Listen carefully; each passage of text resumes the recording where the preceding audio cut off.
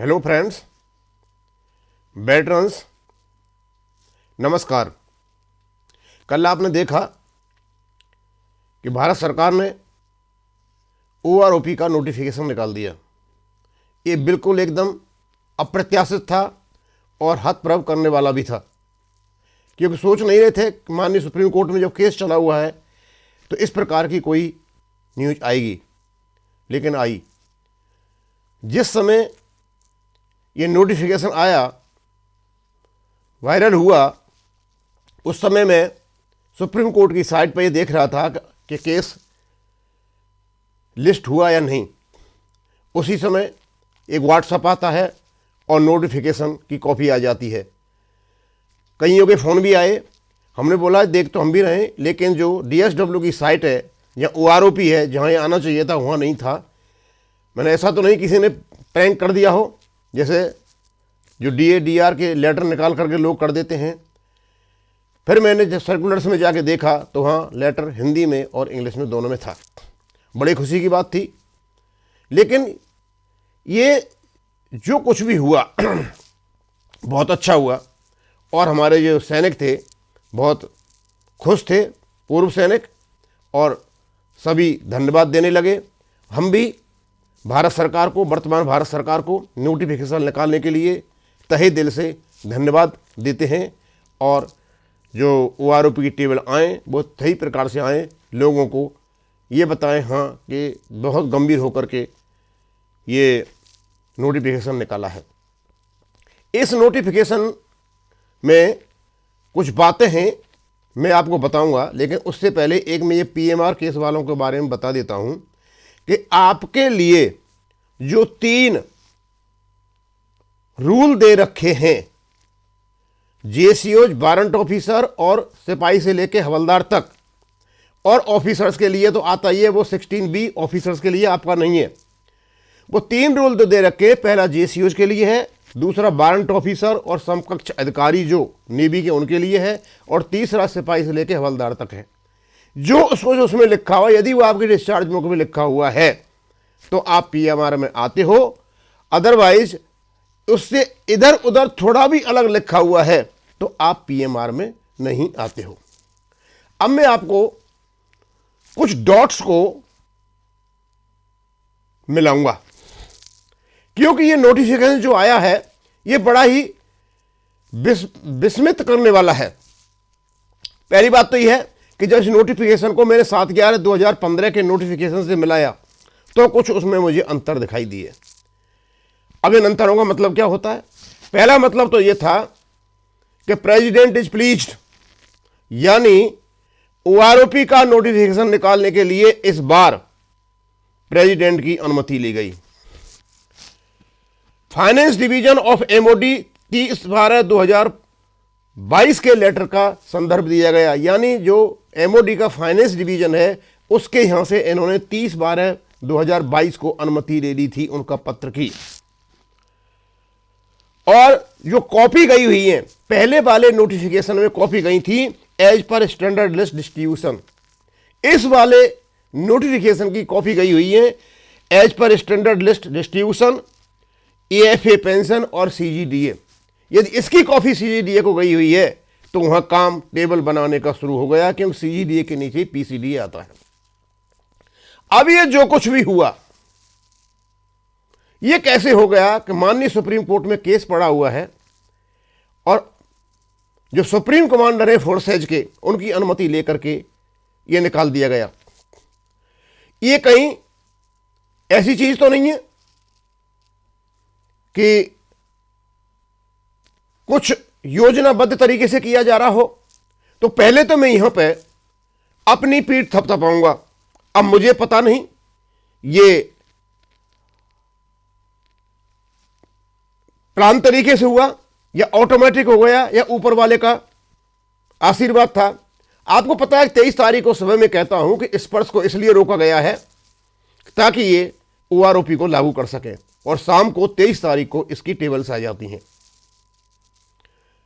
परसों मैंने एक वीडियो डाला, जो मिनी मल्होत्रा जी थे वो कह रहे थे कि कुछ लोग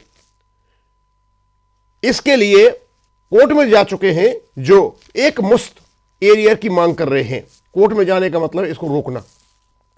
और यहां मिनी मल्होत्रा जी की बात सही साबित होती है। उन्होंने कहा था कि जनवरी के फर्स्ट वीक में नोटिफिकेशन आएगा, नोटिफिकेशन आ गया। और जो कुछ भी कहा है उन्होंने सही कहा है, और बताऊंगा कि ये मतलब क्या निकलते हैं इसके। और उन्होंने ये कहा था कि जो कोर्ट में गए हुए लोग शायद उससे डिले हो जाए। तो इसकी एक झलक शाम को एक यूट्यूबर दे रहा था, जो वो है मेजर जनरल सतवीर सिंह साहब के ट्वीट को पढ़ रहा था। उसमें वो कह रहे थे कि माननीय सुप्रीम कोर्ट ने सभी जो बकाया राशि है एरिया ने एक मुश्त देने की घोषणा की थी, ये अलग अलग क्यों? तो हम समझ गए थे कि कोर्ट में यही लोग गए हुए हैं, क्योंकि इनकी मजबूरी है, इनको बैठना है वहां पे। तो इनको जब हमने ये इन सारी चीज़ों को 3 तारीख को डाला और हमने ये बता दिया कि ये जंतर मंतर पर बैठे हुए लोग या इधर उधर जो भीड़ इकट्ठी करते हुए लोग, ये पूर्व सैनिकों का प्रतिनिधित्व नहीं करते। पूर्व सैनिक एक आत्म संयमी, एक डिसिप्लिन्ड, सिविलाइज आदमी होता है। इन चीज़ों से उसको कोई लेना देना नहीं है। ये स्वार्थी किस्म के लोग हैं, वह यही काम करते रहते हैं और ये रोकते रहते हैं। और मिनी मल्होत्रा जी का जो कमेंट है, मैं कह रहा था बहुत ही मैच्योर्ड कमेंट है, एक्सपीरियंस कमेंट है, मेरे यूट्यूब पर डालना मैं ये समझता हूं कि इन्होंने केवल और केवल एक विश्लेषण के लिए डाला था। वो चाहते थे कि मैं इसका विश्लेषण करके बताऊं और उस विश्लेषण से को यह पता चल जाए कि वो वास्तव में ही पूर्व सैनिक मतलब भारत सरकार के खिलाफ है। और उसमें लोगों ने माना और बताया कि हमें एक मुश्त कोई एरिया नहीं चाहिए, हमें चाहिए ओआरओपी लागू हो। एक मुश्त की बात बाद में होती रहेंगी। एक मुश्त यदि किस्सा यदि सुप्रीम कोर्ट में लड़ा जाता है, स्वाभाविक सी बात है कि ये ओआरओपी पीछे खिंच जाएगी। और शायद इसी विश्लेषण को लेकर के और जो लोगों के कमेंट्स आए, जो पेंशनर्स के कमेंट्स आए, उनका अध्ययन किया गया और अध्ययन करने के बाद यह पाया गया कि सारे के सारे जो भूतपूर्व सैनिक हैं वो चाहते हैं केवल ओआरओपी लागू हो। और उन्होंने ये फालतू बकवासों से कोई लेना देना नहीं है। ये जंतर मंतर पर जाकर के जो लोग अपना चेहरा चमकाते हैं। अभी आप देखोगे कि इतना लंबा चौड़ा कमेंट कोई करता नहीं है, जैसे लेटर टाइप में। फर्स्ट वीक में ओआरओपी आ गई है। उन्होंने कहा है कि सबका समान परसेंटेज नहीं होगा, हो सकता है ऐसा काम चल रहा हो। और ये जो केस था, जो रोकने वाला काम था, उसका निर्वाणा हो गया। अब ये कुछ नहीं कर सकते। और इन्होंने दूसरा रास्ता अपनाया, माननीय राष्ट्रपति के माध्यम से। अब वो सुप्रीम कमांडर है आर्मड फोर्सेज के, वो देश के राष्ट्रपति हैं। और ये ऐसे ही नहीं हो गया राष्ट्रपति से बात जाकर के, पूरे डॉक्यूमेंट्स रखे गए होंगे। क्योंकि 30/12/2012 को 30/12/2022 को जो फाइनेंस डिवीजन है एमओडी का, वहां से अनुमति ले ली गई थी। सारे डॉक्यूमेंट के बाद यह किया गया था। हुआ क्या है इसमें कि 14 तारीख को भारत सरकार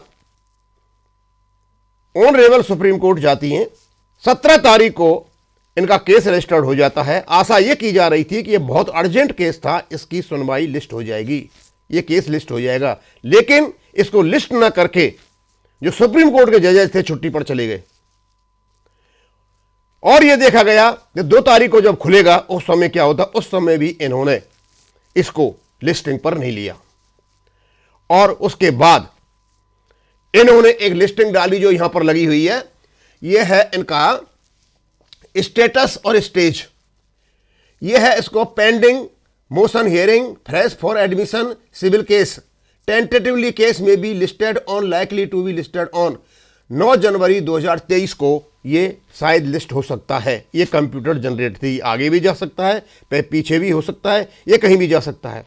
जब हमने पूछा कि ये जो पेंडिंग मोशन हियरिंग है ये फ्रेश फॉर एडमिशन है, सिविल केस है, इसका वकीलों से पूछा क्या मतलब होता है। उन्होंने कहा कि ये फ्रेश केस है और इसकी जो मेंटेबिलिटी है वो दिखी जाएगी, क्या क्या डॉक्यूमेंट है, आगे जांच चलेगा या नहीं चलेगा। यानी इस केस का तो इससे कोई संबंध ही नहीं था। यहां पर ये डाला हुआ है, इसका मतलब ये हुआ कि उस दिन 9 तारीख को ये सारा काम होगा, एक तारीख और भी जाती, यानी 14 तारीख को जब गए तो 1 महीना इनका ऐसे ही निकल जाता। सारी की सारी कोई गड़बड़ी हो रही थी।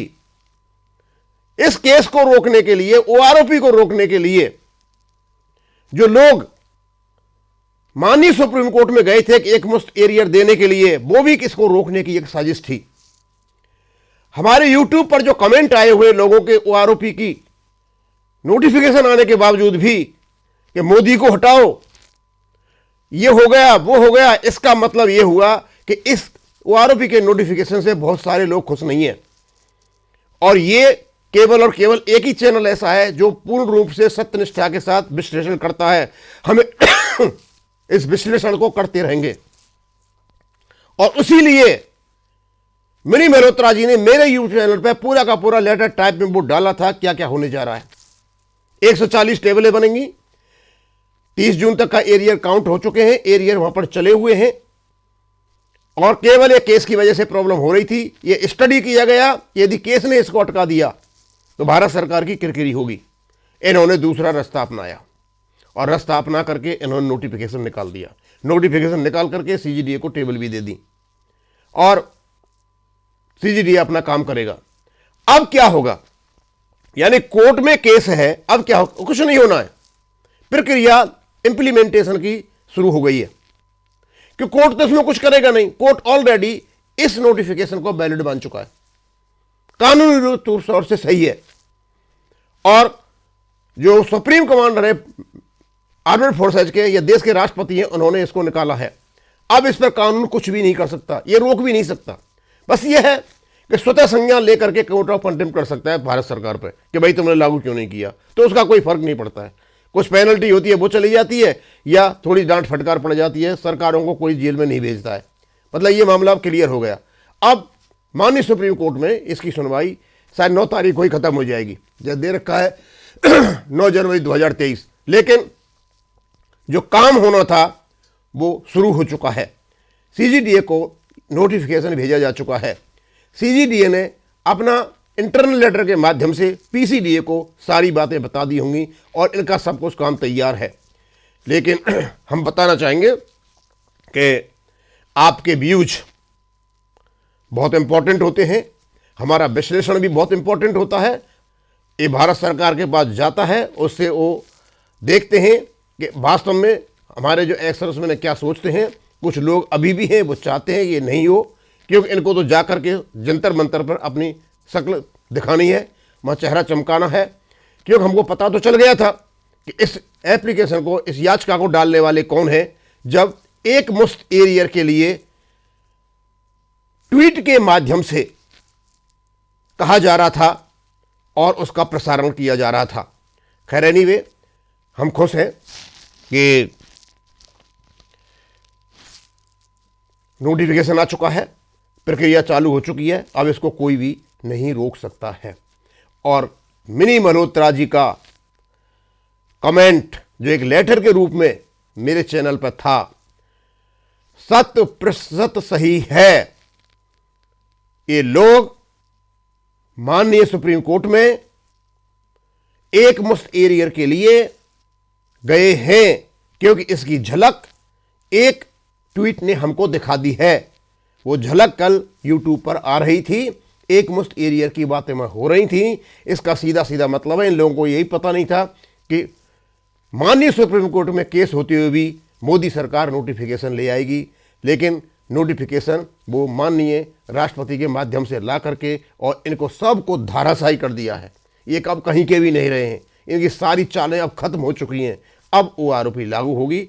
अब कई कह रहे थे कि कानून से ऊपर कोई, हाँ कानून से ऊपर कोई नहीं है, लेकिन ये ऑलरेडी नोटिफिकेशन 7/11/2015 का कानून की कसौटी से निकल चुका है। माननीय सुप्रीम कोर्ट ने इसको लीगली वैलिड माना है, क्योंकि उसमें जो कानून की कमियां उन्हीं को कोर्ट कुछ कर सकता है, इसके इम्प्लीमेंटेशन को कोर्ट नहीं रोक सकता है। यदि इसके इम्प्लीमेंटेशन को कोर्ट रोकता है तो फिर ये माना जाएगा कि जो माननीय सुप्रीम कोर्ट है वो भारत सरकार से टकराने के मूड में है। थैंक यू, धन्यवाद।